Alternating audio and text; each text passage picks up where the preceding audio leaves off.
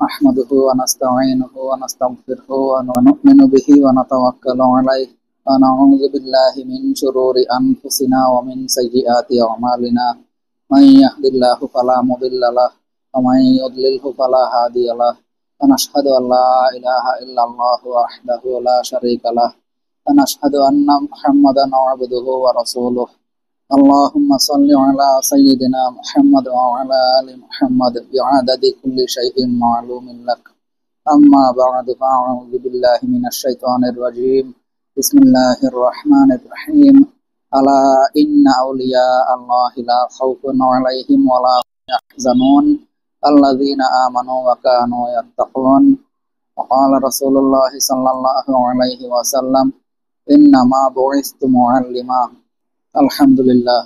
তানবীহুল উম্মাহ কর্তৃক আয়োজিত ইসলাহি মজলিস, এই উদ্দেশ্যে আমরা আল্লাহর প্রিয় স্থান দুনিয়ার ভিতরে মসজিদ, এইখানে বাদেশা আল্লাহ তাআলার একটা ফরজ বিধান আদায়ের পরে বসার তৌফিক হয়েছে। আলহামদুলিল্লাহ।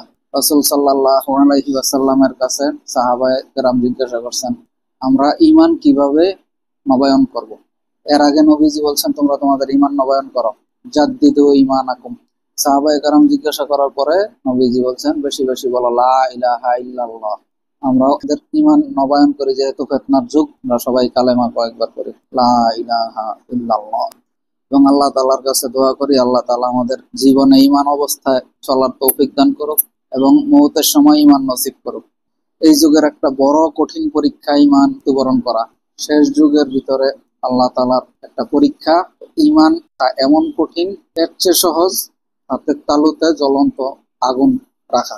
খুব সহজেই যে মুসলিম, বংশগতভাবে মুসলিম হয়েছে, ওই মুসলিম অবস্থায় মারা যাব কোনো মেহনত ছাড়া, এইটা মনে করা খুবই বোকামি। কিভাবে চললে ঈমানের ওপর মৃত্যুবরণ করা যায়, এটা নিয়ে আলোচনা করার কিছু চেষ্টা করব। বা এই সিরাত সম্পর্কে আলোচনার নির্দেশটা পালনে আর কি অক্ষম, কারণ সিরাত খুব বড় একটা বিষয়। সিরাতের উপর করতে হলে, আলোচনা করতে হলে অনেক বড় পর্যায়ের আমেল, অনেক বড় পর্যায়ের আবেগ হইতে হয়, অনেক বড় পর্যায়ের আলেম হইতে হয়। ওই যোগ্যতা নাই। আমি এই জায়গায় বসছি, এটা একটা ভয়ের কারণ, একটা খুশির কারণ। আলহামদুলিল্লাহ, আল্লাহ তাআলার কিছু কথা আলোচনা করার সুযোগ দিছে। ভয়ের কারণ হলো কিয়ামতের আগে অযোগ্য লোক যোগ্য লোকের স্থান দখল করবে। এখন এই জায়গায় হয়তো একজন বড় আলেম থাকতে পারতো, মুহাদ্দিস থাকতে পারতো, মুফাসসির থাকতে পারতো, ওই জায়গা আমি দখল করছি কিনা এই ভয় আছে। আল্লাহ মাফ করুক, আল্লাহ ওই অবস্থা থেকে হেফাজত করুক। যে আয়াত তেলাওয়াত করছি, আয়াত সূরা ইউনূসের ৬২-৬৩ নম্বর আয়াত। পরিচিতির সুবিধার্থে আবার তেলাওয়াত করি। কোরআন তেলাওয়াত শ্রবণ করাও এটা ইবাদত। আউযু বিল্লাহি মিনাশ শাইতানির রাজিম। আলা ইন্না আউলিয়া আল্লাহি লা খাউফুন আলাইহিম ওয়া লা হুম ইয়াহজানুন আল্লাযীনা আমানু ওয়া কানু ইয়াত্তাকুন। আল্লাহ আলা শব্দ দিয়ে আয়াত শুরু করছেন। আরবি গ্রামারে আলাকে বলে হরফে তামবি। কোন বিষয় আল্লাহ তাআলা ঘোষণা করতে হয়, সবাইকে জড়ো করে যদি কোনো কিছু ঘোষণা করতে হয়, আলা মা, এরকম আল্লাহ তাআলা বিরাট কোনো ঘোষণা দিলে এই শব্দগুলো ব্যবহার করা হয়। ইন্না আউলিয়া আল্লাহ, নিশ্চয় আল্লাহর ওলিরা, নিশ্চয় আল্লাহ। ইন্না আউলিয়া আল্লাহ, ইন্না শব্দ দিয়ে নিশ্চয়। আল্লাহ কোনো কিছু বর্ণনা করতে হলে নিশ্চয় বলার দরকার নাই আলাদা করে, তারপরও আল্লাহ গুরুত্ব বুঝাইতে নিশ্চয় ইন্না শব্দ ব্যবহার করছেন। ইন্না আউলিয়া আল্লাহ, আল্লাহর ওলি যারা আছে তাদের লা খাউফুন আলাইহিম ওয়া লা হুম ইয়াহজানুন, তাদের কোনো ভয় নাই এবং ওয়া লা হুম ইয়াহজানুন, তাদের কোনো পেরেশানি নাই। ভয় নাই, পেরেশানি নাই, এরকম মানুষ দুনিয়াতে পাওয়া মুশকিল। কিন্তু আল্লাহ বলছেন যারা আল্লাহর ওলি, আল্লাহর বন্ধু, আলা ইন্না আউলিয়া আল্লাহি লা খাউফুন আলাইহিম ওয়া লা হুম ইয়াহজানুন, তাদের কোনো ভয় নাই, পেরেশানি নাই। ভয় পেরেশানি এটা মানুষের স্বাভাবিক জিনিস, দুনিয়াতেও আখিরাতে। দুনিয়ার পেরেশানি আখিরাতের পেরেশানির থেকে অনেক হালকা, কিছুই না। তো এখানে ভয় নাই, পেরেশানি নাই, কথার মর্ম হলো ভয় পাবে, পেরেশানি আসবে, কিন্তু এগুলোর বাস্তবায়ন ঘটবে না। আল্লাহর ওলিরাও মুসিবতে পড়বে, ভয়ের ভিতরে পড়বে, পেরেশানিতে পড়বে, কিন্তু এগুলার বাস্তবায়ন ঘটবে না। যেমন মৃত্যু যন্ত্রণা, এটা সবার জন্য একটা ভয়ের ব্যাপার। তো আল্লাহর ওলি যারা আছে তাদের মৃত্যু যন্ত্রণা তুলনামূলক অনেক কম হবে। কবর আযাব থেকে আল্লাহর ওলিরা মুক্তি পেয়ে যেতে পারে। তারপরে হাসরের হিসাব নিকাশ, ওই দিন সবাই ভয়ে থাকবে, নবীরা পর্যন্ত ভয়ে থাকবে। ওলিদের ভিতরে নবীদের স্তর সর্বোচ্চ, আল্লাহর ওলিদের। তো নবীরাও ভয় পাইবে, কিন্তু ভয়ের বাস্তবায়ন ঘটবে না। নবীদের ভয় কি? এই নিয়ে আল্লাহ আমরা জাহান্নামে দিয়ে দেয়। আল্লাহ তো কোন নবী জাহান্নামে দিবে না। এরপর পুলসিরাত আছে, পুলসিরাত সহজে পার হয়ে যাওয়া, এটা একটা ভয়। 30,000 বছরের রাস্তা, তারপরে নিচে জাহান্নাম, চুলের মতো সূক্ষ্ম, তরবারির চেয়ে ধার। এই রাস্তা আপনার 30,000 বছর ধরে পার করতে হবে। এটা একটা ভয়ের ব্যাপার। তো ভয় পাবে, ভয়ের বাস্তবায়ন ঘটবে না। পুলসিরাতের পরে আছে জাহান্নাম। জাহান্নামের আলোচনা করতে গেলে কয়েক বছরের শেষ হবে না। জাহান্নামের ভিতরে যাওয়ার একটা ভয় থাকে, এটা আল্লাহর ওলিদের থাকবে, কিন্তু তারা শেষমেশ জাহান্নামে যাবে না, জাহান্নাম থেকে মুক্তি পাবে। তাহলে আলা ইন্না আউলিয়া আল্লাহি লা খাউফুন আলাইহিম ওয়া লা হুম ইয়াহজানুন, আল্লাহর ওলিদের, নিশ্চয়ই আল্লাহর ওলিদের ভয় নাই এবং দুশ্চিন্তা পেরেশানি নাই। বাহ্যিক অর্থ এটা। আর পারিভাষিক অর্থ হলো যে আল্লাহর ওলিদের ভয় আছে, ভয় পাবে তারা, কিন্তু ভয়ের বাস্তবায়ন ঘটবে না। যেই যে বিষয়ে ভয়গুলা থাকার কথা, এই ভয় তারা পাবে। আল্লাহর ওলিরা ভয়, আল্লাহর ভয়ে সারা রাত নামাজ পড়ে না, তারপরে গুনাহ থেকে দূরে থাকে, ভয় পাবে, ভয়ের বাস্তবায়ন ঘটবে না। 62 নম্বর আয়াত এটা। 63 নম্বর আয়াত, আল্লাযীনা আমানু ওয়া কানু ইয়াত্তাকুন। আল্লাহর ওলি কারা, এটার একটা বৈশিষ্ট্য পরের আয়াতে আছে। আল্লাযীনা আমানু, যারা ঈমানদার, ওয়া কানু ইয়াত্তাকুন, এবং যারা আল্লাহকে যথাযথভাবে ভয় করে। রমজান মাস গেছে কিছুদিন আগে, রমজান মাসের আয়াত সবাই মুখস্থ আছে, রোজা ফরজ হওয়ার আয়াত। ইয়া আইয়ুহাল্লাযীনা আমানু, হে ঈমানদারগণ, কুতিবা আলাইকুমুস সিয়াম, তোমাদের উপর রোজা ফরজ করা হলো, কামা কুতিবা আলাল্লাযীনা মিন ক্বাবলিকুম, যেমন তোমাদের পূর্ববর্তীদের উপর ফরজ করা হয়েছে, লাআল্লাকুম তাত্তাকুন, যেন তোমরা তাকওয়া অর্জন করতে পারো, না তোমরা মুত্তাকি হইতে পারো। আর এদিকে পাইলেন, আলা ইন্না আউলিয়া আল্লাহি লা খাউফুন আলাইহিম ওয়া লা হুম ইয়াহজানুন আল্লাযীনা আমানু ওয়া কানু ইয়াত্তাকুন। আল্লাহর ওলিদের ভয় নাই। আল্লাহর ওলি কারা? যারা ঈমান আনে, তাকওয়া অর্জন করে। শব্দ ছোট, যারা ঈমান আনে, তাকওয়া অর্জন করে। অনেক ছোট শব্দ, দুইটা শব্দ, ঈমান আর তাকওয়া, কিন্তু ব্যাখ্যা অনেক বিস্তারিত। ঈমান কি, কয় বিষয়ের উপরে ঈমান আনলে তার ঈমানদার বলা হয়, এটা একটা আলোচনা আছে। আর তাকওয়া কি জিনিস, ঈমান সম্পর্কে ইমাম ফখরুদ্দিন রাজি রহমতুল্লাহ আলাইহি তাফসিরে কবির একটা বিখ্যাত তাফসির আছে। কোরআনের বিশেষ বিশেষ যে ব্যাখ্যা গ্রন্থ, এটার ভিতরে একটা বিখ্যাত তাফসির, তাফসিরে কবির। এখানে ইমাম রাজি রহমতুল্লাহ আলাইহি লিখছেন, আল ঈমান আল ইতিকাদু বিহি মা জা বিহি নবী সাল্লাল্লাহু আলাইহি ওয়াসাল্লাম। তার সংক্ষেপে কথা, ঈমান হলো ওই সমস্ত বিষয়ের উপর সামগ্রিকভাবে বিশ্বাস স্থাপন করা যা মুহাম্মদ সাল্লাল্লাহু আলাইহি ওয়াসাল্লাম নিয়ে আসছেন। মুহাম্মদ সাল্লাল্লাহু আলাইহি ওয়াসাল্লাম কি কি আনছেন? আল্লাহ তাআলা যা হুকুম দিয়েছেন তাই। এগুলার বিস্তারিত আছে কোরআনে। এই কওলের উপর, এই বাণীর উপর ভিত্তি করে আমরা ঈমানের দুইটা অংশ বানাইছি। একটা সংক্ষেপ, ঈমানে মুজমাল পড়ছেন ছোটকালে, আমানতু বিল্লাহি কামা হুয়া বিআসমাইহি ওয়া সিফাতিহি ওয়া ক্বাবিলতু জামিআ আহকামিহি ওয়া আরকানিহি। আল্লাহর জাত সিফাতের উপর ঈমান, ঈমান আনলাম আল্লাহর জাত ও সিফাতের উপর, এবং সমস্ত হুকুম আহকাম আল্লাহ যা নাযিল করছেন তার।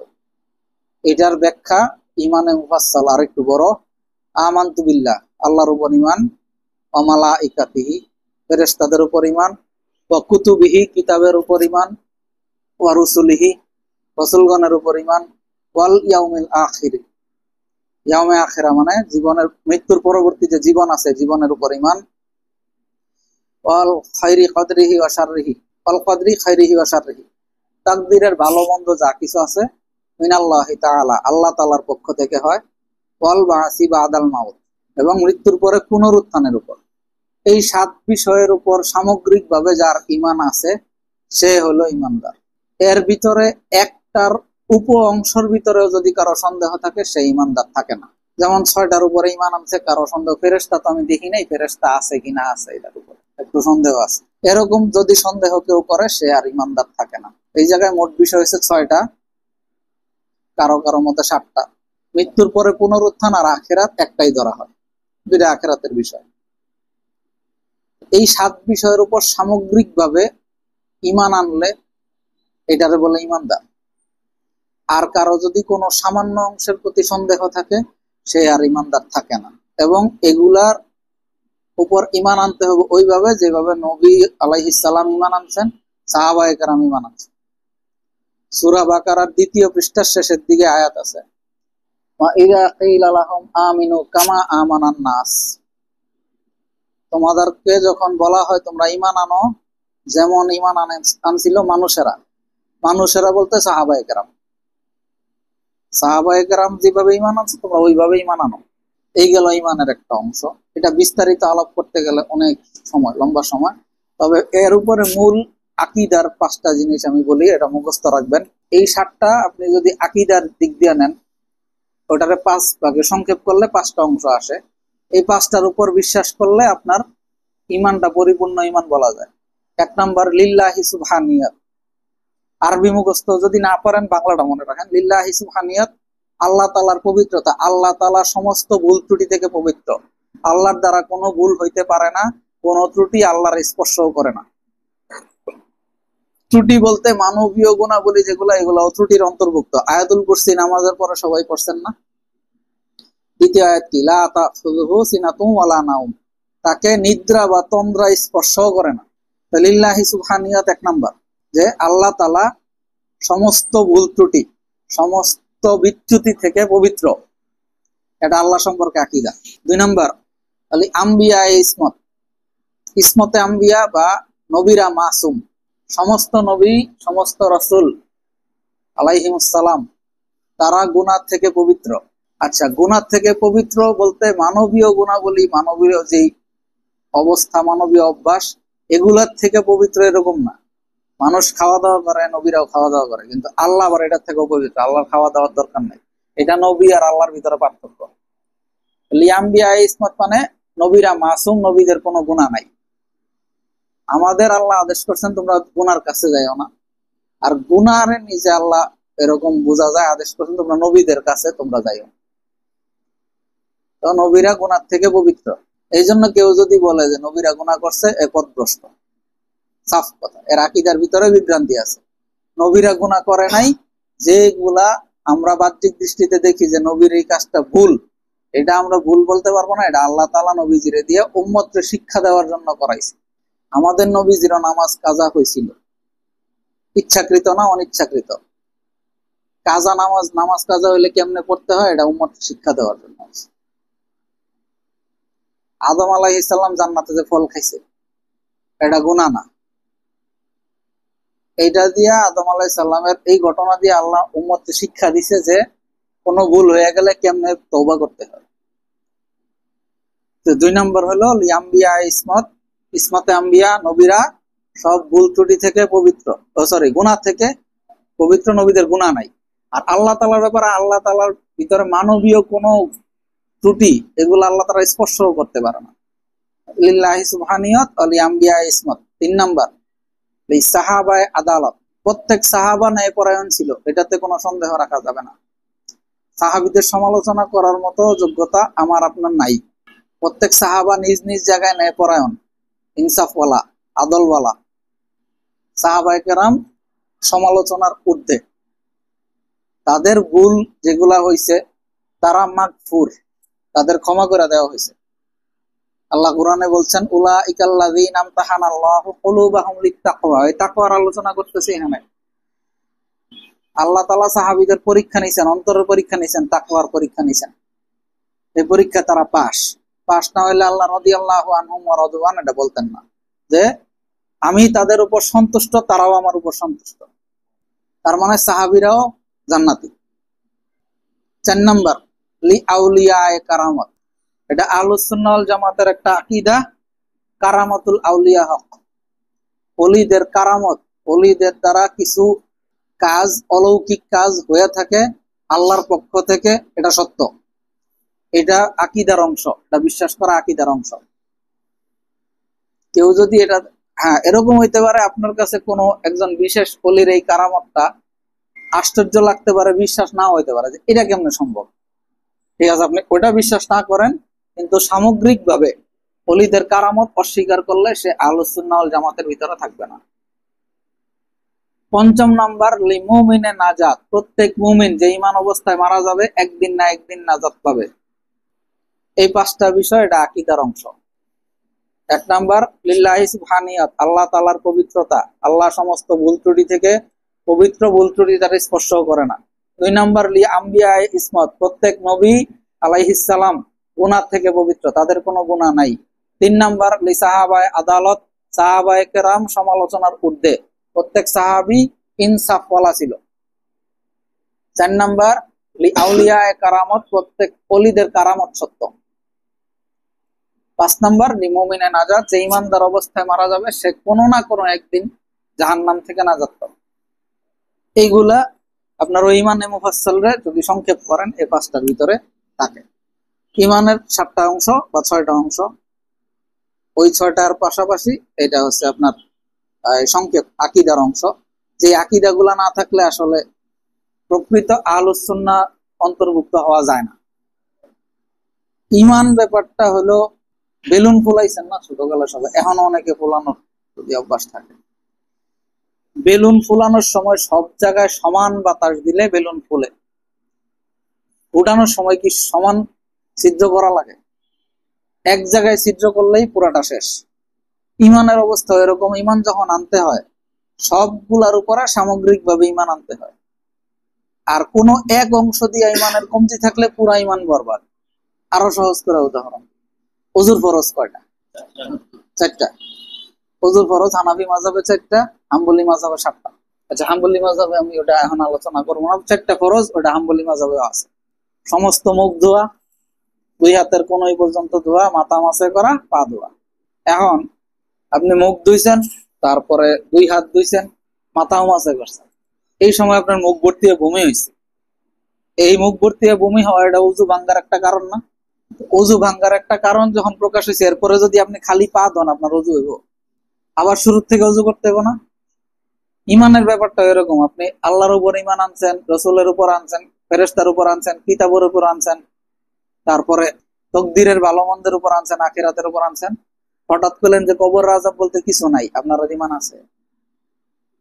এই ইমানটা এভাবে গেছে। তো ইমান অবস্থা খেয়াল রাখতে হবে, আমার ইমানটা আসলে বেলুনের ওই ছিদ্রের মতো যাতে না হয়, এক অংশ ছিদ্র আছে, বা ওই অজুর মতো যাতে না হয় যে অজুর 3টা ফরজ করার পরে মুখ ভর্তি করে বমি করে দিছি, এরপরে 4 নম্বর ফরজ আদায় করছি, এরকম যাতে না হয়। এটা হচ্ছে ইমানের একটা গুরুত্বপূর্ণ অংশ। ইমান সামগ্রিকভাবে সবগুলোর উপর আনতে হবে, আর কোন একটা অংশের উপর ইমান গেলে ইমান বাতিল। এই জন্য সবসময় উচিত ইমান ভঙ্গের কারণ, ইমানও ভঙ্গ হয়, আমরা ওযু ভঙ্গ, নামাজ ভঙ্গের কারণ মোটামুটি জানি, ইমান যে জায়গা, ইমান ভঙ্গ যে হয় এই কারণগুলা জানা নাই, বেশিরভাগই জানি না। আজকে 12ই রবিউল আউয়াল, বিদাত তো বিদাত, অনেকে শিরিক কুফর, স্পষ্ট শিরিক কুফরের ভিতরে লিপ্ত। রসুলের অধিক মহাব্বতের কারণে ইমান হারায় যাচ্ছে, এটা তাদের অন্তরের ভিতরেই নাই, জানা নাই। কেউ জাহালতের কারণে, কেউ ইচ্ছাকৃত, কেউ কেউ শয়তানের চক্রান্তের কারণে পরে ইমান হারায় ফেলে। তো ইমান যে নাই এটা বুঝতে হইলে আগে ইমান ভাঙ্গার কারণগুলো আমার জানা লাগে। এটা ইমান ভাঙ্গার কারণ 10টা প্রসিদ্ধ, এছাড়াও অনেকগুলা আছে। এগুলা আলোচনা আপনারা যখন দিনী ভাইরা একত্রিত হবেন চেষ্টা করবেন আলোচনা করার। আর যারা কোনো উম্মতের কল্যাণের কাজে যুক্ত আছেন এরা চেষ্টা করবেন এগুলা প্রিন্ট আকারে মসজিদে বা মাদ্রাসায় পরিচিত যে দিনী খানকাগুলা আছে এই জায়গায় টাঙ্গায় দেওয়া, মানুষ উপকৃত হবে, মানুষ অন্তত যাতে বুঝে যে ইমানও ভাঙ্গার মতো একটা বিষয়। এমন না যে একবার লা ইলাহা ইল্লাল্লাহ পড়ছে এরপরে যা মনে চায় তাই করে, এটা কোনো সমস্যা নাই, ইমান আর ভাঙবো না, ইমানটা একবারে মজবুত। ওই অনেকে দেখবেন নামাজ না পড়লে কি হয়েছে, ইমান তাজা আছে, ইমান মনে করে থাপ্পড়ের ভিতরে ইমান, এরকম না। এটা গেল ইমানের অংশ, আল্লাযীনা আমানু ওয়া কানু ইয়াত্তাকুন, এরপরে তাকওয়ার অংশ। আল্লাহর ওলিদের 2টা বৈশিষ্ট্য, ইমান আর তাকওয়া। তাকওয়া কি জিনিস? তাকওয়ার যদি সাদামাটা অর্থ করেন, বাহ্যিক অর্থ গুনাহ ছেড়ে দেওয়া, গুনার কাজ ত্যাগ করা, যে কাজ আল্লাহ পছন্দ করে এটা ত্যাগ করা, আল্লাহ যেটা হুকুম করছে এটা পালন করা, এটা সাদামাটা অর্থ। মুফাসসিরদের আলোচনা থেকে পাওয়া যায় তাকওয়ার স্তর হচ্ছে 7টা। তাকওয়ার 7 স্তর, এর ভিতরে আবার 3টা ভাগ। একটা হয়েছে আপনার ন্যূনতম পর্যায়ের তাকওয়া, এটা সবার থাকতে হবে, এটা না থাকলে আবার ইমানই থাকে না। 2 নাম্বার হচ্ছে মধ্যম স্তরের তাকওয়া, আর 3 নাম্বার উচ্চ স্তরের তাকওয়া। উচ্চ স্তরের তাকওয়া আল্লাহ তাআলা নবীদের সাহাবীদের দিয়েছেন। এর পরের স্তরগুলোতে আমাদের থাকা জরুরি। তো তাকওয়ার 7টা স্তরের ভিতরে কি কি একটু শুনেন, পরে বিস্তারিত আলোচনা আল্লাহ যতটুকু তৌফিক দেয়। 1 নাম্বার শিরিক আর কুফর থেকে বাঁচা থাকা। শিরিক কুফর থেকে বাঁচা থাকা এটা তাকওয়ার সর্বনিম্ন প্রথম ধাপ। 2 নাম্বার বিদআত থেকে বাঁচা। 3 নাম্বার কবিরা গুনাহ থেকে বাঁচা। 4 নাম্বার হচ্ছে সগীরা গুনাহ থেকে বাঁচা। 5 নাম্বার অহেতুক কাজকর্ম, যেটাতে দুনিয়ারও ফায়দা নাই আখিরাতেরও ফায়দা নাই, এটা থেকে বাঁচা। 6 নাম্বার সন্দেহযুক্ত জিনিস থেকে বাঁচা। আর 7 নাম্বার হলো প্রত্যেকটা কাজ দুনিয়াবি হোক দিনই হোক শুধুমাত্র আল্লাহ তাআলার জন্যই করা। এখন এই 7টা যে স্তর বললাম, এর ভিতরে শিরিক কুফর এটা থেকে বাঁচা ন্যূনতম তাকওয়া, বিদআত থেকে বাঁচা ন্যূনতম তাকওয়া। এটা হচ্ছে আপনার প্রথম স্তরে যে তাকওয়া অর্জন করতে চায়, ন্যূনতম যে মুসলমান যদি থাকতে চায় শিরিক কুফর আর বিদআতের থেকে বাঁচা থাকা দরকার। আরেকটু উচ্চ স্তরের মুমিন হইতে গেলে কবিরা গুনাহ, সগীরা গুনাহ, সন্দেহযুক্ত জিনিস আর অহেতুক কাজকর্ম, 4টা থেকে বাঁচা থাকা। এই জায়গায় একটা ব্যাপার আছে, ব্যাপারটা হলো সন্দেহযুক্ত জিনিস অহেতুক কাজকর্মের ভিতরে ফেলাই দেয়। অহেতুক কাজকর্মের ভিতরে অভ্যস্ত হয়ে গেলে ওটা আস্তে আস্তে সগীরা গুনাহে পরিণত হয়। সগীরা গুনাহে যদি গুরুত্ব না দিয়া করতে থাকেন সগীরা গুনাহ, ওটা কবিরা গুনাহে পরিণত হয়। কবিরা গুনাহ ঘন ঘন করতে থাকলে ওটা আস্তে আস্তে বিদআতের রূপ নেয়, অথবা কবিরা গুনাহ যদি বেপরোয়া করতে থাকে ওটা একসময় কুফর বা শিরকের রূপ নেয়। এই জন্য যখনই কোনো গুনাহ হয়ে যায় গুনার ভিতরে দেওয়াল তৈরি করে দেওয়া, কারণ একবার শয়তান রাস্তা ওই খুলে দিলে শিরিক পর্যন্ত গেলেই শেষ। আপনি যে শিরিক থেকে তওবা করতে পারবেন এটার কোনো গ্যারান্টি কেউ দিতে পারবো না। তো নিচের থেকে শুরু করি আলোচনা। শিরিক আর কুফর, কি কি কাজ শিরিক? আল্লাহ তাআলার জাত সিফাতের ভিতরে অংশীদার সাব্যস্ত করা, যেই কাজ আল্লাহ তাআলা ছাড়া অন্য কেউ করতে পারে না ওই কাজের সমকক্ষ অথবা ওই কাজের ঊর্ধ্বে অন্য কাউরে মনে করা, এটাই শিরিক। শিরিক সম্পর্কে আল্লাহ তাআলা বেশ কিছু আয়াত নাজিল করছেন। সূরা নিসার ভিতরে 2টা আয়াত আছে। আল্লাহ তাআলা ইচ্ছা করলে সব গুনাহ মাফ করে দেন, শিরিকের গুনাহ ছাড়া। শিরক সূক্ষ্ম শিরক হইতে পারে, আর একটা শিরকে আকবর হইতে পারে। শিরকে আকবর করলে সে আর ইমানদার থাকে না। সূক্ষ্ম শিরক হাদিসের ভাষায় রিয়া, লোক দেখানো ইবাদত, এটা সূক্ষ্ম শিরক বলা হয়েছে। যদিও এটা কবিরা গুনাহ, কিন্তু এটা একসময় বড় শিরকের দিকে নিয়ে যায়। শিরিক আর কুফর, আল্লাহ তাআলা যে জিনিস নাজিল করছে এটা অস্বীকার করা, কুফরি করা। কুফরি করা আমরা বুঝি, আমরা সমাজের ভিতর প্রচলিত আছে শব্দ, কিন্তু কুফরি যে একটা গুনাহ, বড় গুনাহ, এবং এটাতে কুফর 2 প্রকার। একটা কুফরে আকবর, এটা করার সাথে সাথে আপনার ঈমান থাকে না। আর একটা ছোট কুফর, এইটা তওবা যদি কেউ না করে মারা যায় তার ঈমানের খতরা আছে। এটা কিছু কিছু তাবিল করলে যদি আপনি অজ্ঞ থাকেন হয়তো বেঁচে যেতে পারেন, কিন্তু কুফরটা শিরিকেরই একটা অংশ ধরা যায়।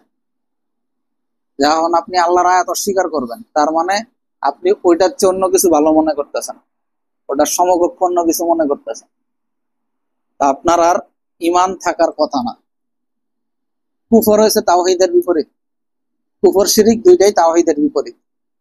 আপনি লা ইলাহা ইল্লাল্লাহ বলে যে ঈমানের সাক্ষ্য দিচ্ছেন, এর বিপরীত শিরিক আর কুফর। একটা ভয়ঙ্কর কুফর হলো আল্লাহর বিধানের স্থানে অন্য কারো বিধান আদি প্রাধান্য দেওয়া। চোরের বিধান কি? চোর ধরা খাইলে হাত কেটে দেওয়া, এটা জানেন সবাই। এখন কেউ হাত কাটলো না, সে একটা কবিরা গুনাহ করলো, কিন্তু সে মনে মনে জানে যে এটা আল্লাহর বিধান না। আর কেউ নতুন বিধানই প্রণয়ন করলো না, চুরির বিধান হাত কাটা এটা আসলে মধ্যযুগীয় প্রথা বা এটা বর্বর প্রথা, তা আমরা চোররে 6 মাসের জেল দিব, এটা যে বিধানটা প্রণয়ন করছে সে ইমান থেকে, ইসলাম থেকে বাইরে হয়েছে। কিন্তু আপনি মনে করেন একটা চোর ধরছেন, আপনি হাত কাটার বিধানটা ইয়া করেন নাই, আপনি বিশ্বাস করেন চোরের বিধান হাত কাটা, কিন্তু তার গণপিটনি দিয়া ছেড়ে দিলেন, তার ইমান আছে, কবিরা গুনাহ হয়েছে, একটা গুনাহ হয়েছে, আল্লাহর বিধান ইয়া করে নাই। অথবা গুনাহ না হইতে পারে যদি তার কাছে রাষ্ট্রীয় ক্ষমতা না থাকে, কারণ মুসলিম জাহানের খলিফা, তার উপর দায়িত্ব এই বিধানগুলা কার্যকর করা। কারণ আপনার যদি খলিফা না হন, আপনি ওই বিধানটা ইয়া করলেন না, অ্যাপ্লাই করলেন। কিন্তু আপনি মনে মনে বিশ্বাস করেন যে না, এই বিধান আল্লাহ যা বলছে তা সত্য, এটা এক প্রকার গুনাহ। আরেকটা হয়েছে আপনি আলাদা আইনই প্রণয়ন করলেন, যে আইনটা হয়েছে যে 6 মাসের জেল যে চুরি করলে। এই এই আইনের দ্বারা চোর যদি ভালো হয়, তাও যে আইন করছে তার ইমান থাকবে না। শিরক আর কুফর বুঝতে পারছেন কিছু? এরপরে হলো বেদাত। বেদাত হলো দিনের ভিতরে এমন কিছু জিনিস ঢুকানো যেটা নবী আলাইহিস সালাম করেন নাই, সাহাবায়ে কেরাম করেন নাই, তাবিঈরা কেউ করে নাই। আজকে দিনটা, এই দিনে অনেক বেশি পরিমাণ বিদাত, ভয়ঙ্কর রকমের। রাসূলের জন্ম 12ই রবিউল আউয়াল না মৃত্যু 12ই রবিউল আউয়াল, এগুলা নিয়ে অনেক ইখতিলাফ আছে, এটা সমস্যা না। সমস্যা হলো যেই কাজগুলা করা হয়, যে ট্রাকে ট্রাকে মিছিল বাইর করছে, হ্যাপি বার্থডে টু ইউ ইয়া রাসূলুল্লাহ, কেক কাটছে, এই সংস্কৃতি গুলা আসলে মুসলিমের কিনা? জন্মদিন পালন করা, মৃত্যু দিবস পালন করা এটা হারাম, ইসলামের কোনো অংশ না এগুলা। এগুলা খ্রিস্টানগো থেকে ধার করা এক জিনিস। তারপরে হচ্ছে এই দিনে তারা যা করে, কারা করে, তাদের কিছু সাধারণ ক্যারেক্টারিস্টিক আছে, তাদের কিছু সাধারণ বৈশিষ্ট্য পাবে। 1 নম্বরে দাঁড়ায়া কিয়াম করার পক্ষে। এই জিনিসগুলো আমরা অনেকে হাসির জিনিস হিসাবে নেই, অনেকে মনে করি যে ওরটাও পালন করুক, সমস্যা কি, আমার জিলাপি আমি পাইলে। কিন্তু এগুলা আসলে আস্তে আস্তে যে কুফরের দিকে নিয়ে যায়, এটার উদাহরণ দিয়ে বুঝবেন। এরা আজানের আগে আসসালাতু আসসালামু আলাইকা ইয়া রাসূলুল্লাহ, আসসালাতু আসসালামু আলাইকা ইয়া হাবিবাল্লাহ একটা পড়ে। আজান দেওয়ার আগে, আজান শুরু কি দিয়া? আল্লাহু আকবার দিয়া, আল্লাহর নাম দিয়া। আজানের ভিতরে আশহাদু আল্লা ইলাহা ইল্লাল্লাহ আগে না আশহাদু আন্না মুহাম্মাদার রাসূলুল্লাহ আগে? আশহাদু আল্লা ইলাহা ইল্লাল্লাহ আগে, মানে আল্লাহ আগে থাকবো, পরে রসুল। এরা শুরুই করে আসসালাতু আসসালামু আলাইকা ইয়া রাসূলুল্লাহ দিয়া, আল্লাহর উপরে নবীরে উঠাই দিল না? এটা একটা গেঞ্জাম। ইমান আছে না না এটা পরের হিসাব, আমি ওই জায়গায় পরে যাই। এটা বাহ্যিক দৃষ্টিতে খুব ছোটখাটো বিষয় হলো, জিনিসটা আসলে ছোটখাটো না। নবীজির সময়ে বা সাহাবীদের সময়ে এরকম আজান দিয়েছেন কিনা কেউ, এটা ইতিহাসে কোথাও পাওয়া যায় না, 1 নাম্বার। 2 নাম্বার হলো এই দাঁড়ায় মিলাদ কিয়াম পড়া। মিলাদ আসলে পড়া যায় না। মিলাদ মানে জন্ম, জন্ম আপনি পড়বেন। মিলাদুন নবী, মহানবীর জন্ম, এটা আলোচনার বিষয়, এটা পালনের বিষয় না। কারণ নবীজির জন্মের সময় কিছু অলৌকিক এমন ঘটনা ঘটছে যেগুলা আসলে উম্মতের জন্য সম্ভব না। রাসূল সাল্লাল্লাহু আলাইহি ওয়াসাল্লাম খতনা করা অবস্থায় জন্মগ্রহণ করছে, আপনারা কেউ করছেন? সম্ভব। প্রত্যেক সন্তান জন্মগ্রহণ করার সময় নারী মায়ের ইয়ার সাথে, নারীর সাথে লাগানো থাকে, তা কাটতে হয়। রাসূল সাল্লাল্লাহু আলাইহি ওয়াসাল্লাম নার কাটা অবস্থায় জন্মগ্রহণ করছেন, এটা সম্ভব উম্মতের পক্ষে। জন্মের পরে জন্মের খুশিতে দোয়া পড়ছেন আপনারা কখনো? কথাই তো বাইরে নেই। রাসূল সাল্লাল্লাহু আলাইহি সাল্লাম জন্ম হওয়ার পরে সিজদা অবস্থায় ছিল এবং জন্মের খুশিতে দোয়া পাঠ করছেন, আল্লাহর হামদ প্রশংসা দিয়া করছেন, সিরাতের কিতাবে পাবেন। এটা করছেন আপনারা কেউ? করেন না। রোমানরা একটা আগুনের পূজা করত, এই আগুন 1000 বছর, ওই যে আমাদের শিখা অনির্বাণ আছে না, একটা শিখা চিরন্তন, ঢাকা ভার্সিটিতে মনে আছে, কিছু আলেম নাকি গিয়া উদ্বোধন করছিল, এটা গিয়া খুব লজ্জার বিষয়, এটা বলতেও লজ্জা। রোমানরা এরকম একটা জিনিসের পূজা করত 1000 বছর ধরে, ওই আগুন তারা নিভতে দেয় নাই। যেই দিনই মুহাম্মদুর রাসূলুল্লাহ সাল্লাল্লাহু আলাইহি সাল্লাম জন্মগ্রহণ করছে, ওই আগুন নিভা ছাই হয়ে গেছে। এটার মানে হলো নবীজি গায়রুল্লাহর পূজা বন্ধ করতে দুনিয়ার ভিতরে। আপনারা জন্মগ্রহণ করার পরে আগুন নিচ্ছে, উল্টা কেক কাটছে জন্মদিনে মোমবাতি জ্বালাইয়া। নবীজি জন্ম হওয়ার পরে কাবার ভিতরে যে মূর্তি ছিল, সব মূর্তি একসাথে আল্লাহর সিজদা করছে। এটা শুনছেন কখনো? সব মূর্তি একসাথে আল্লাহ তাআলারে সিজদা করছে, কিন্তু আমাদের জন্মের সময় এটা হয়। তার মানে মিলাদুন নবী পালনের কোনো সম্ভাবনাই নাই, উম্মতের দ্বারা পালন হইতেই পারে না। সিরাতুন নবী পালন হইতে পারে। নবীজির জীবন কত বছরের? 63 বছরের পুরা জীবনে পুরাটারে বলে সিরাতুন নবী। আর এই পুরা সিরাতুন নবীর ভিতরে কয়েক মুহূর্ত, জন্ম হওয়ার যে কয়েক মুহূর্ত, ওইটারে বলে মিলাদ, ওটা হচ্ছে মিলাদুন নবী। এই কয়েক মুহূর্ত আর 63 বছরের ভিতরে যতটুকু পার্থক্য, মিলাদুন নবী আর সিরাতুন নবীর ভিতরে এই পার্থক্য। সিরাতুন নবী পালনীয় বিষয়, আলোচনার বিষয় না। এবং সিরাতুন নবীর আবার দুইটা ভাগ আছে, একটা হলো মাক্কি জীবন আর একটা মাদানী জীবন।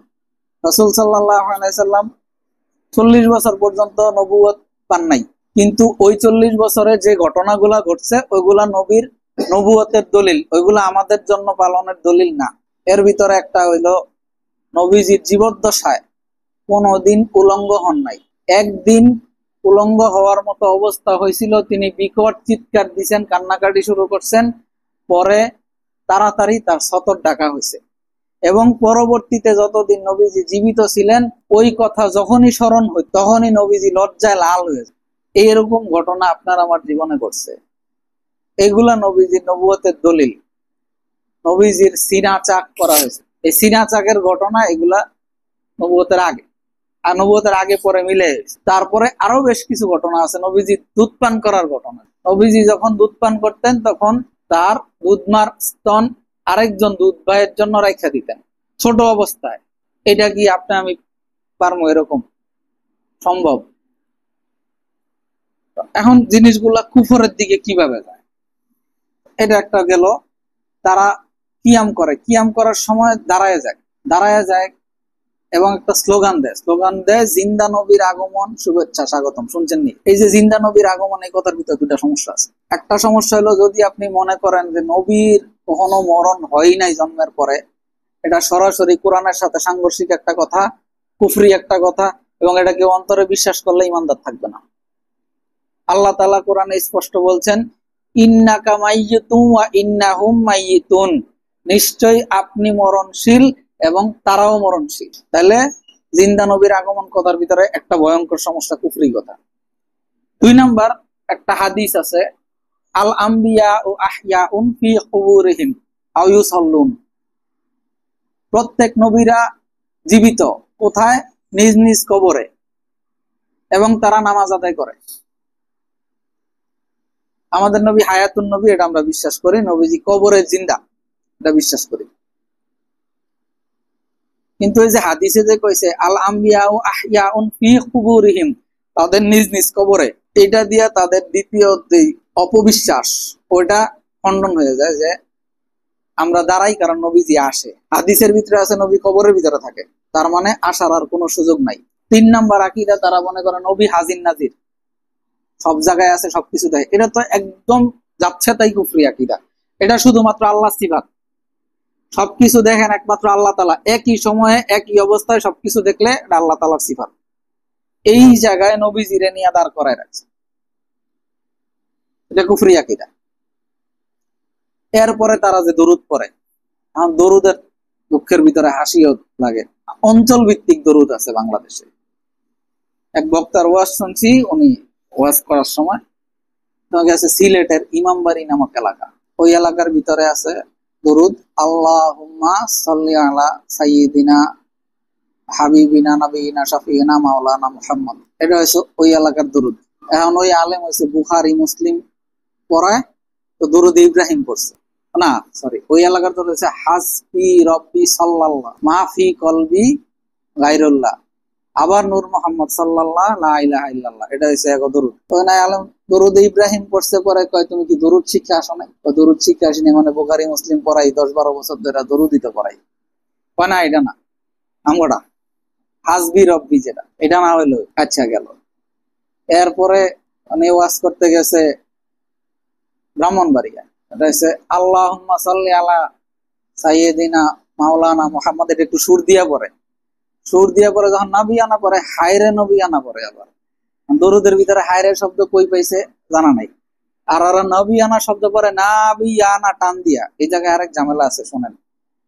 নাবিয়ানা এটার অর্থ আমাদের নবী, আর নাবিয়ানা যখন নুনে আলিফ দিয়া টান দিবেন, এই নাবুন শব্দের অর্থ হচ্ছে কুকুরের দাঁত। কি পড়তেছেন চিন্তা করেন, ভয়ঙ্কর।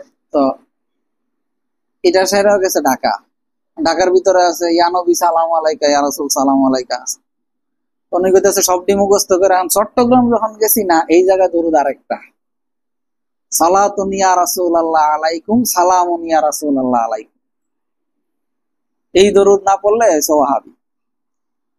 এখন আল্লাহ কইছে দরুদ পড়লে জান্নাতে যাবে। আমাদের দেশে দরুদে দরুদে এমন ঝামেলা, স্টাফ কোয়ার্টার পর্যন্ত যাওয়া যাবে না দরুদ। এই যে এরা দরুদের ভিতরে বিকৃতি, এই যে না বিয়ানা শব্দ টাইনা টাইনা পড়তেছে, বা ইয়ানবী সালামু আলাইকা পড়তেছে। আপনি যখন নবীজির উপরে সালাম দিবেন, সালাতু আসসালামু আলাইকা ইয়া রাসূলুল্লাহ, তখন সালামের জবাব দেওয়া কি ওয়াজিব না?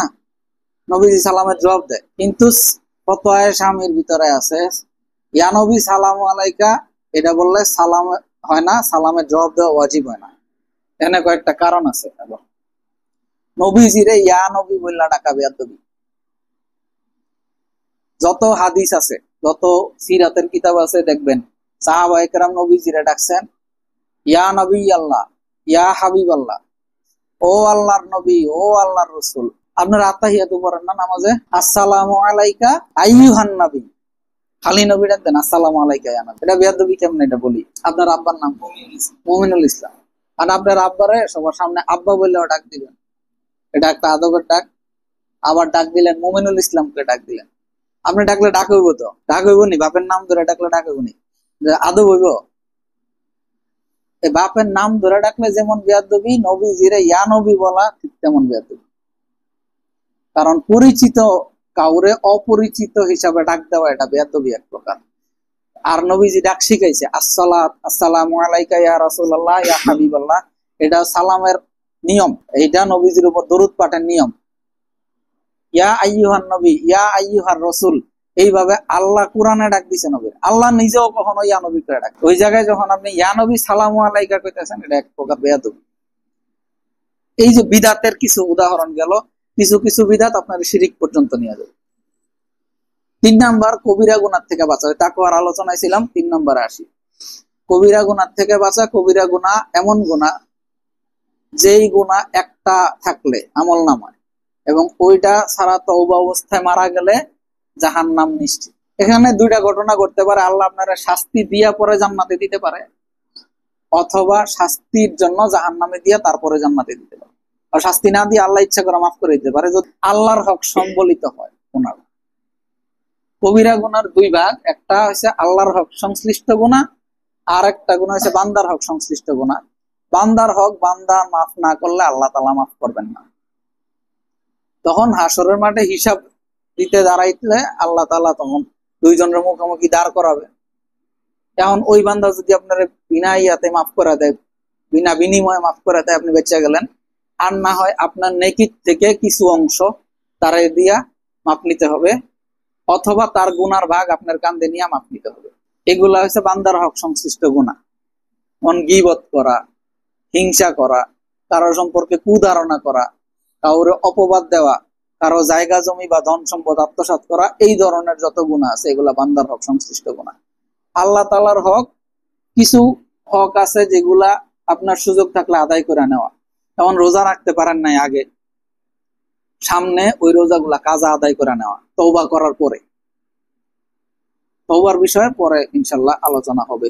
4 নম্বর আছে সগীরা গুনাহ থেকে বাঁচা। সগীরা গুনাহ বেপরোয়া ভাবে করলে এটা এক সময় কবিরা গুনাহতে পরিণত হয়। সগীরা গুনাহ লম্বা তালিকা আছে, আমার কাছে আপাতত আলোচনা করার সুযোগ নাই। আহকামে জিন্দেগি নামে একটা বই আছে, অনেকের কাছে হয়তো আছে, ওই জায়গায় কিছু সগীরা গুনাহর তালিকা দেওয়া আছে, ইয়া করতে পারবেন। 5 নম্বর, সন্দেহযুক্ত জিনিস থেকে বাঁচা।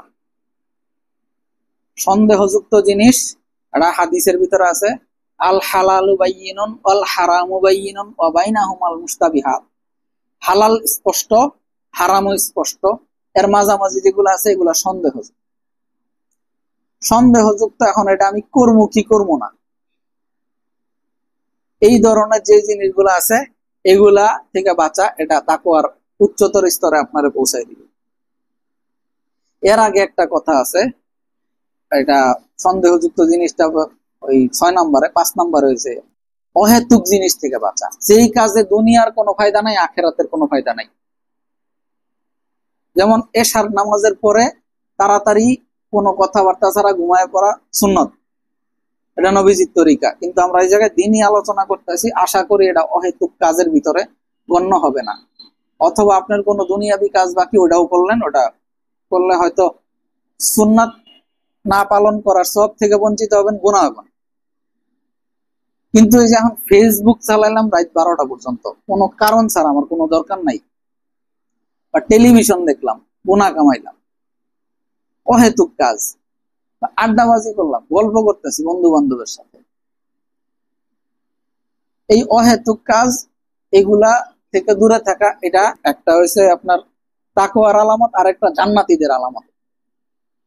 সূরা মুমিনুন প্রথম 18 পারার প্রথম পৃষ্ঠা, প্রথম দিকের কয়েকটা আয়াতের ভিতরে আছে, কদ আফলাহাল মুমিনুন আল্লাযীনা হুম ফি সালাতিহিম খাশিউন, 3 নাম্বার আয়াত সম্ভবত, ওয়াল্লাযীনা হুম আনিল লাগওয়ি মুরিদুন, যে লাগওয়ুন থেকে বাঁচা থাকে। লাগওয়ুন শব্দটাই এটা, যে অহেতুক কাজকর্ম কথাবার্তা, যেটা দ্বারা তার এবং অন্যের দুনিয়াবি কোনো ফায়দা নাই, আখেরাতেরও কোনো ফায়দা নাই, এই কাজ থেকে বাঁচা থাকা, এটা হচ্ছে একটা মুমিনের লক্ষ্য। 7 নাম্বার তাকওয়ার সর্বশেষ স্তর, এটা অনেক কঠিন। আপনার দুনিয়াবি এবং আখেরাতের সব কাজ শুধুমাত্র আল্লাহর জন্য করা।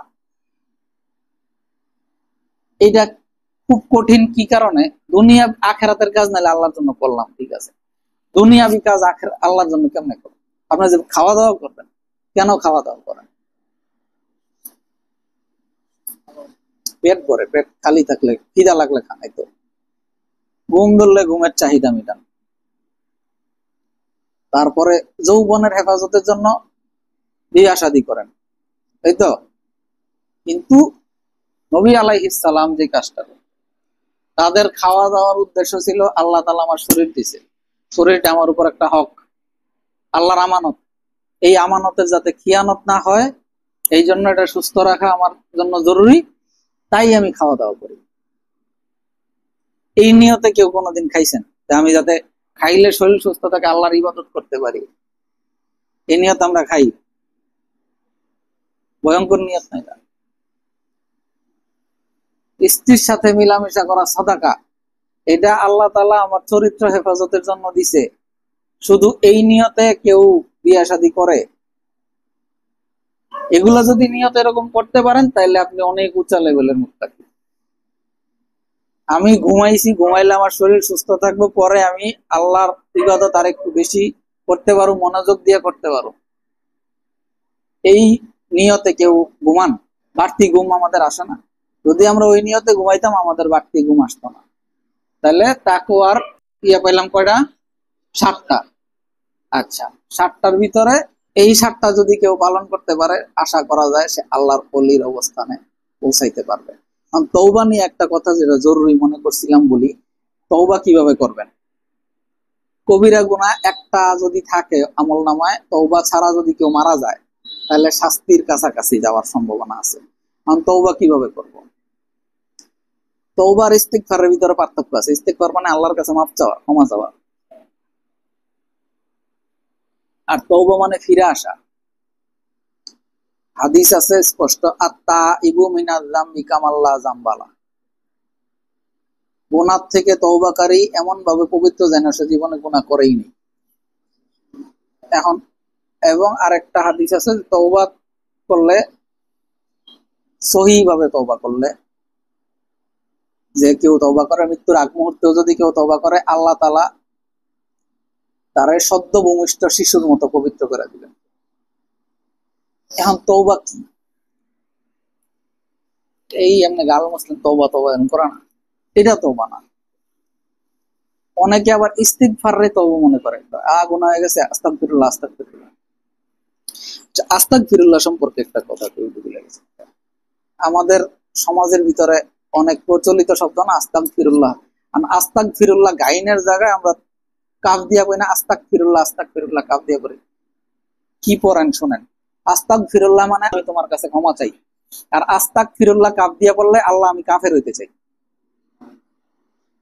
এটা কেন পড়ি এখন আস্তাগফিরুল্লাহ? কারণ কোরআন শুদ্ধ নাই, আমার কোরআন শুদ্ধ নাই, জানি না, এই পড়তেছি এমনি চলতেছে, এটা দিয়ে গুনাহ মাফ হইব? আচ্ছা, গুনাহ মাফ করাবো কি কারণে? গুনাহ আমার দুনিয়াবি অশান্তির মূল কারণ। যাহারাল ফাসাদু ফিল বাররি ওয়াল বাহরি বিমা কাসাবাত আইদিন নাস, কোরআনের আয়াত। তোমরা জলে আর স্থলে যত রকম বিপর্যয় দেখো, সবগুলা তোমাদের নিজের হাতের কামাই। নিজের হাতে কামাই মানে তোমার যত গুনাহ হয়, গুনার কারণে বিপর্যয়। তওবা কিভাবে করো? তওবার 6টা স্তর আছে, 6 কাজ করলে 6 কাজের সমষ্টির নাম তওবা। 1 নাম্বার, যেই গুনার ভিতরে লিপ্ত আছে ওই গুনাহ তাৎক্ষণিক ভাবে ছেড়ে দেওয়া, ঠিক আছে। 2 নাম্বার, ওই গুনাহ ভবিষ্যতে না করার দৃঢ় সংকল্প করা। 3 নাম্বার, এই গুনার জন্য লজ্জিত হওয়া অন্তরে, যে আল্লাহ আমি কাজটা করছি, কাজটা খারাপ হয়েছে। লজ্জিত না হলে আসলে তওবা হয় না।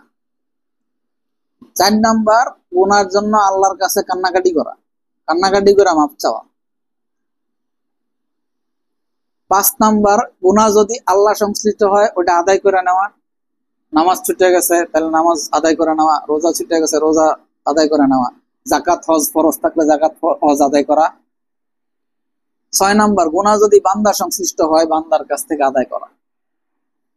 এই 6 কাজ করার পরে যদি কেউ আল্লাহর কাছে বলে আল্লাহ আমি তওবা করলাম, তাহলে ওটা তওবা হিসাবে গণ্য হবে। বুঝা গেছে? সেটা আবার বলি। 1 নাম্বার, গুনাহ তৎক্ষণাৎ যেটার উপরে আছে ওই গুনাহ তৎক্ষণাৎ ছেড়ে দেওয়া। ভবিষ্যতে ওই গুনাহ না করা দৃঢ় সংকল্প করা। এমন না যে আল্লাহ তওবা করতেছি, আমি সুযোগ পাইলে ওই গুনাহ আবার করব। আল্লাহ আপনার অন্তর দেখে, তো অন্তরের ভিতরে যদি এই সমস্যা থাকে আল্লাহ তাআলা আপনার তওবা নসিব করব না, বা তওবা কবুল করব না। তো এই তওবা এইভাবে করা যে আল্লাহ আমি ভবিষ্যতে এই গুনাহ করব না। 3 নাম্বার, গুনার জন্য লজ্জিত হওয়া, যে আল্লাহ আমি কাজ করছি, কাজটা ভুল হয়েছে। 4 নাম্বার, কান্নাকাটি সহ আল্লাহর কাছে দোয়া করা, আল্লাহর কাছে মাফ চাওয়া। ইস্তিগফার যেটা, ওটা কান্নাকাটি সহ আল্লাহর কাছে মাফ চাওয়া। 5 নাম্বার, তওবা যদি বান্দা সংশ্লিষ্ট আল্লাহ সংশ্লিষ্ট হয় আল্লাহর হক আদায় করে দেওয়া। 6 নাম্বার, যদি বান্দা সংশ্লিষ্ট হয় বান্দার হকগুলো আদায় করে দেওয়া। যদি মনে করেন আপনি জানেন যে আমি অমুকের কাছ থেকে 20 টাকা নিয়েছিলাম, দিতে মনে নাই, তার কাছে দিয়ে দেওয়া।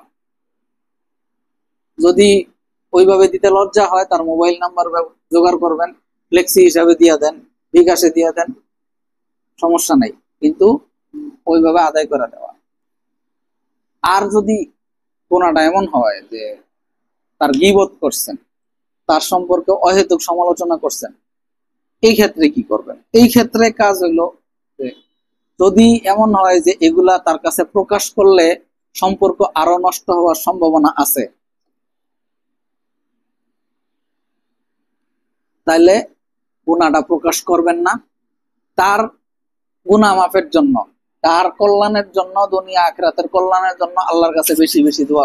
আর যদি মনে হয় যে তার কাছে যদি আমি মাফ চাই, যে ভাই তোমার নামে আমি সমালোচনা করছি অহেতুক, তুমি আমারে মাফ করে দিও, এটা আমার ভুল হয়েছে, এটা করলে যে সম্পর্ক নষ্ট হইব না, তার মানসিকতা যদি এরকম থাকে, তাহলে তার কাছে সরাসরি মাফ চাইয়া নেওয়া। এরপর আল্লাহর কাছে দোয়া করা, আল্লাহ আমি আমার চেষ্টা করছি, তুমি তোমার বান্দারে মাফ করে দাও। বুঝা গেছে? এই হইলো এই আয়াত 2টার সংক্ষিপ্ত আলোচনা। এখন আমাদের কি কাজ? আমাদের কাজ হলো যে তাকওয়ার 7টা স্তরই যাতে আল্লাহ আমার ভিতরে দান করেন, আমিন, আমলের তৌফিক দান করেন, এবং আপনাদের আমলের তৌফিক দান করেন। ওয়া আখিরু দাওয়ানা আলহামদুলিল্লাহি রাব্বিল আলামিন। সুবহানাকাল্লাহুম্মা বিহামদিকা আশহাদু আল্লা ইলাহা ইল্লা আনতা আস্তাগফিরুকা ওয়া আতুবু ইলাইক।